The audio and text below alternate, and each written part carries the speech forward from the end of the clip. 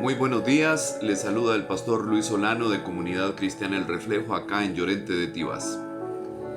El tema sobre el que vamos a hablar el día de hoy es un tema que se discute mucho, que se habla mucho en muchísimas iglesias. Y es un tema que tiene que ver sobre el fundamento de lo que nosotros somos, creyentes. ¿Creyentes en qué? ¿O creyentes en quién?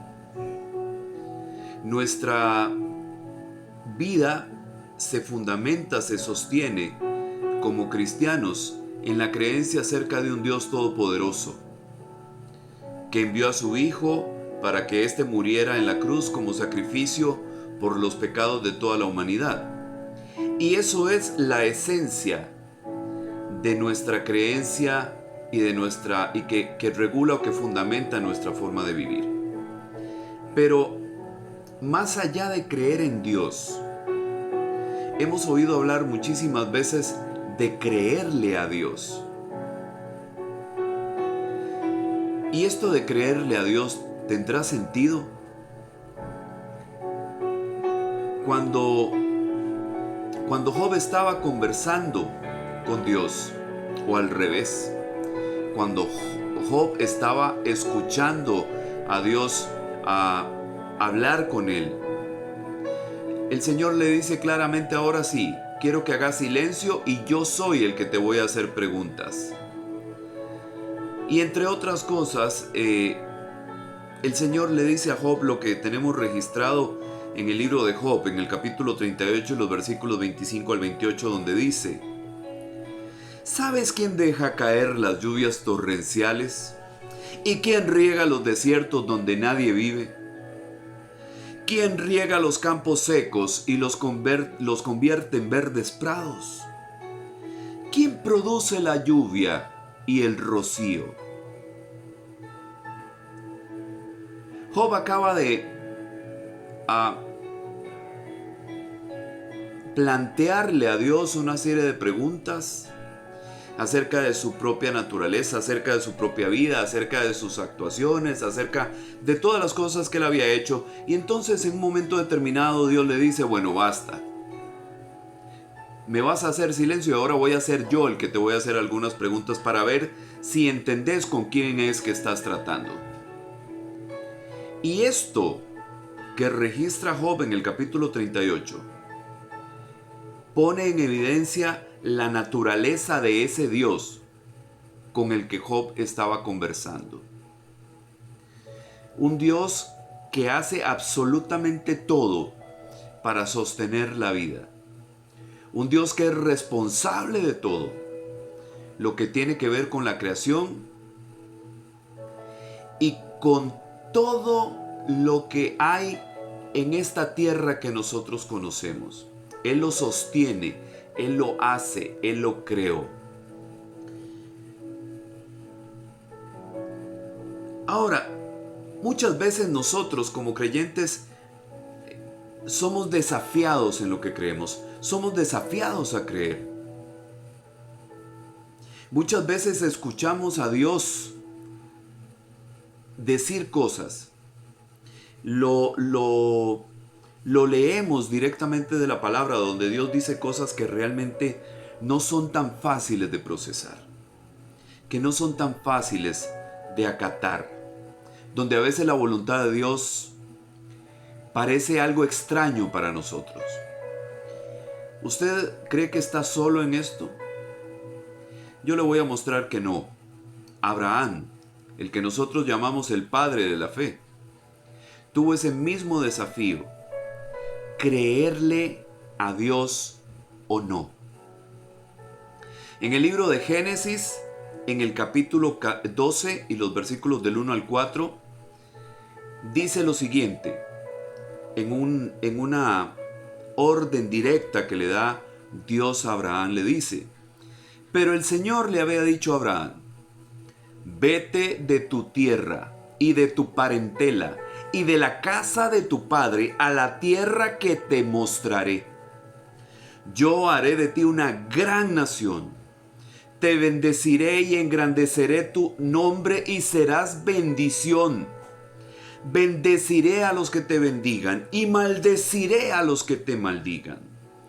Y en ti serán benditas todas las familias de la tierra.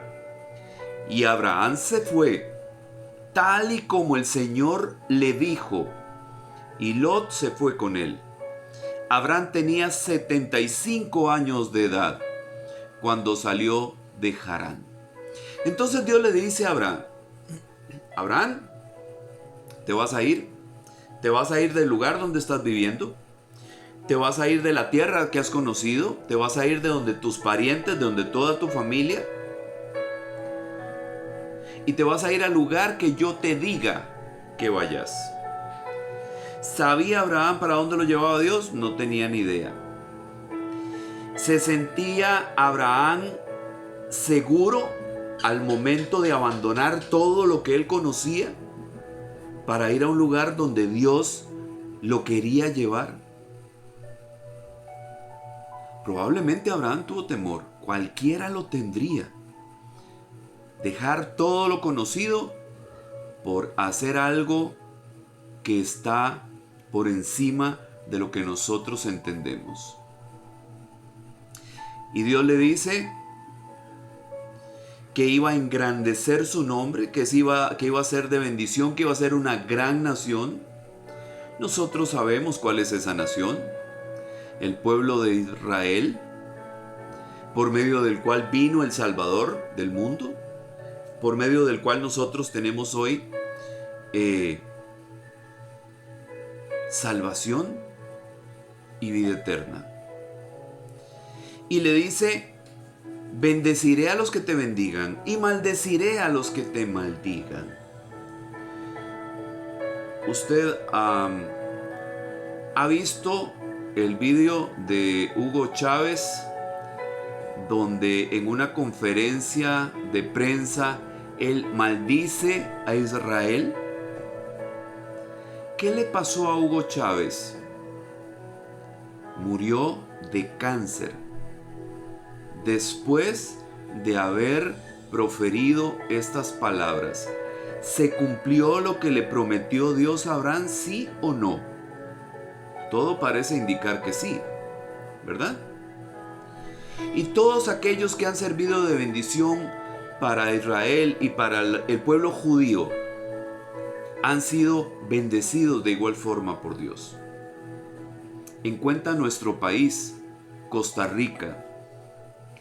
Usted sabe que en la Asamblea de las Naciones Unidas, en el cual se aprobó la creación del Estado de Israel, el primer país del mundo que votó a favor de esa propuesta fue Costa Rica.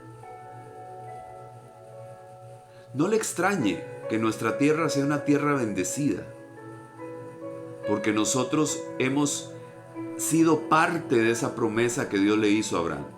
Seguimos, hermanos.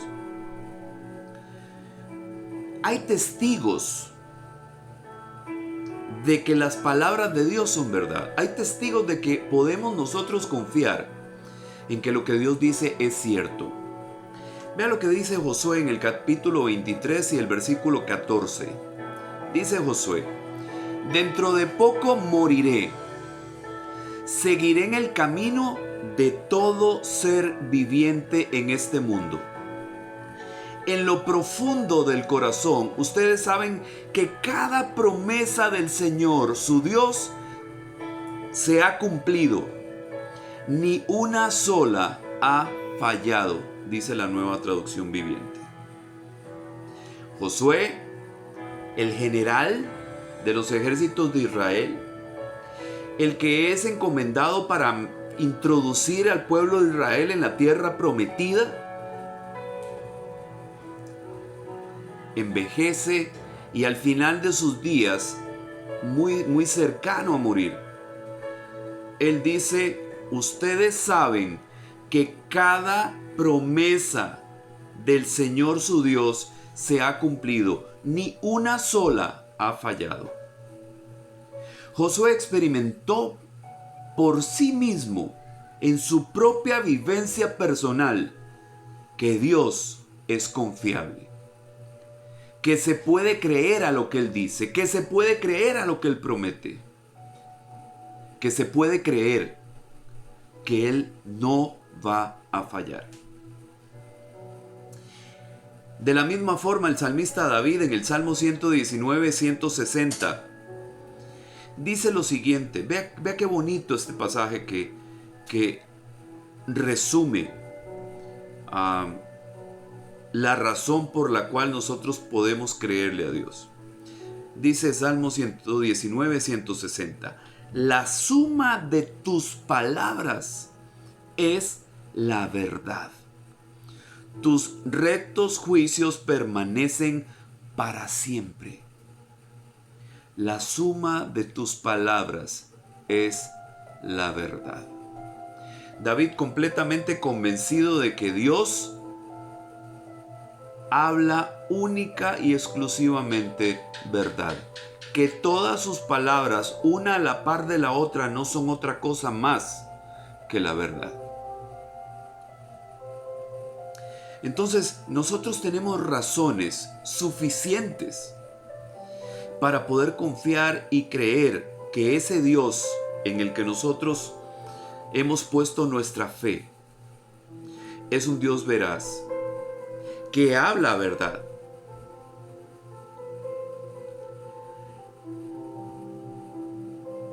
Pero el asunto aquí, hermanos, es que nosotros no podemos creer que este Dios es veraz y que este Dios habla verdad si no lo conocemos.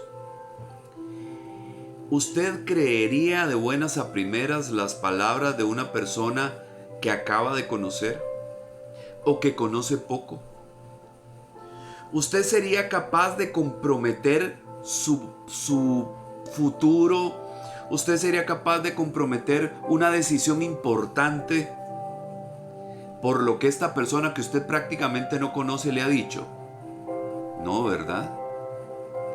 Nosotros, para poder aceptar lo que alguien dice, para poder actuar de conformidad a lo que alguien nos está diciendo, tenemos que conocerle muy bien. Tenemos que conocerle a fondo, porque si no, no lo hacemos, ¿verdad? Vea lo que dice el libro del profeta Jonás, en el capítulo 4 y el versículo 2. Jonás es enviado por Dios a Nínive para que vaya y les advierta a los ninivitas que él iba a destruir ese lugar si no se arrepentían de sus malos caminos. En realidad lo manda a advertirles, ¿ok? Y Jonás no quiere ir. ¿Usted sabe por qué Jonás no quería ir a Nínive? Vea la explicación en el capítulo 4 y el verso 2 de Jonás. Dice: así que oró al Señor y le dijo: mira, Señor, esto es lo que yo decía que iba a pasar cuando aún me encontraba en mi tierra. Por eso quise huir deprisa a Tarsis, pues yo sé que tú eres un Dios tierno y compasivo, que no te enojas fácilmente y que es tanto tu amor que anuncias un castigo y luego te arrepientes. Entonces, la razón por la cual Jonás no quería ir a Nínive es porque Jonás sabía quién era ese Dios en el que él creía. Él conocía a su Dios y sabía que ese Dios era capaz de cambiar de opinión si aquella gente encontraba veraz la advertencia y se volvían de sus caminos. Porque Jonás conocía a su Dios, no quería ir a Nínive, porque él tenía muy claro quién era Dios, y que todo lo que Dios dijera era cierto, y que la naturaleza de Dios no fallaba. Pero entonces, si es necesario que nosotros creamos, si es necesario que nosotros conozcamos a ese Dios, ¿cómo logramos esto? Vea lo que dice el libro de Romanos en el capítulo 10 y el versículo 14. Dice: ¿cómo pues invocarán a aquel en quien no han creído. Y sigue diciendo, ¿y cómo creerán en aquel de quien no han oído? ¿Y cómo oirán sin haber quien les predique? Entonces, es básico, es fundamental que nosotros entendamos que no podemos creer en un Dios al que no conocemos. Entonces, ¿por qué para nosotros a veces es tan difícil creerle a Dios? ¿Por qué para nosotros a veces es tan difícil prestar oído a lo que Dios está diciendo? A lo que Dios está prometiendo, a lo que Dios está profetizando que va a ocurrir. Porque no lo conocemos. Porque no hemos tenido la oportunidad de acercarnos a Él para conocerlo a fondo. Si nosotros conociéramos ese Dios, sería muy diferente. Porque entonces nosotros entenderíamos la naturaleza de ese Dios y jamás dudaríamos de lo que Él hace. Entonces, ahora que nosotros estamos teniendo más tiempo de la cuenta, porque puede que sea así, hermanos. Tal vez las jornadas se han visto disminuidas. Tal vez tenemos que estar encerrados más tiempo de la cuenta. Quédate en casa. ¿Qué está haciendo usted con el quédate en casa? ¿Está aprovechando para ver todos los capítulos de la novela que no había podido ver? ¿Está aprovechando para sentarse largas horas al televisor? ¿A pasar el tiempo? ¿Está ocupando su tiempo en cosas que tal vez son entretenidas, pero nada más?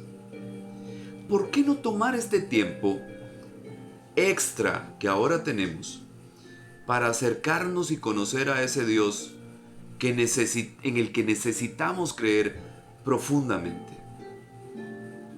Vea lo que dice el Salmo capítulo 25 y los versículos 3 al 5. Dice: ciertamente ninguno de los que esperan en ti será avergonzado. Se han avergonzado los que sin causa se rebelan. Y dice el salmista, y quiero por favor que le preste atención a esto: Señor, muéstrame tus caminos y enséñame tus sendas. Guíame en tu verdad y enséñame, porque tú eres el Dios de mi salvación. En ti espero todo el día. ¿Será importante que nosotros realmente conozcamos a ese Dios? ¿Cómo vamos a creer en un Dios que no conocemos? ¿Cómo vamos a comprometer nuestras acciones y nuestra vida obedeciendo la voluntad de un Dios que no conocemos? Porque usted le pregunta a la mayoría de la gente, ¿usted cree en Dios? Sí, claro. ¿Pero lo conoce realmente? Generalmente no. Entonces aprovechemos este tiempo, hermanos, para orar de la misma forma en que lo hizo el salmista David. Muéstrame tus caminos, enséñame tus sendas, guíame en tu verdad y enséñame. Porque tú eres el Dios de mi salvación, en ti espero todo el día. ¿En quién espera usted? ¿En el gobierno? ¿En el trabajo que le ofrecieron? ¿En el bono proteger? ¿En quién está esperando? Si todavía su confianza en Dios no es tan fuerte y no es tan absoluta, aproveche este tiempo para conocer a ese Dios en el que usted dice creer. Que el Señor te bendiga y te guarde. Que Dios haga resplandecer su rostro sobre ti. Que tenga de ti misericordia y te dé paz. Que Dios les bendiga en esta mañana.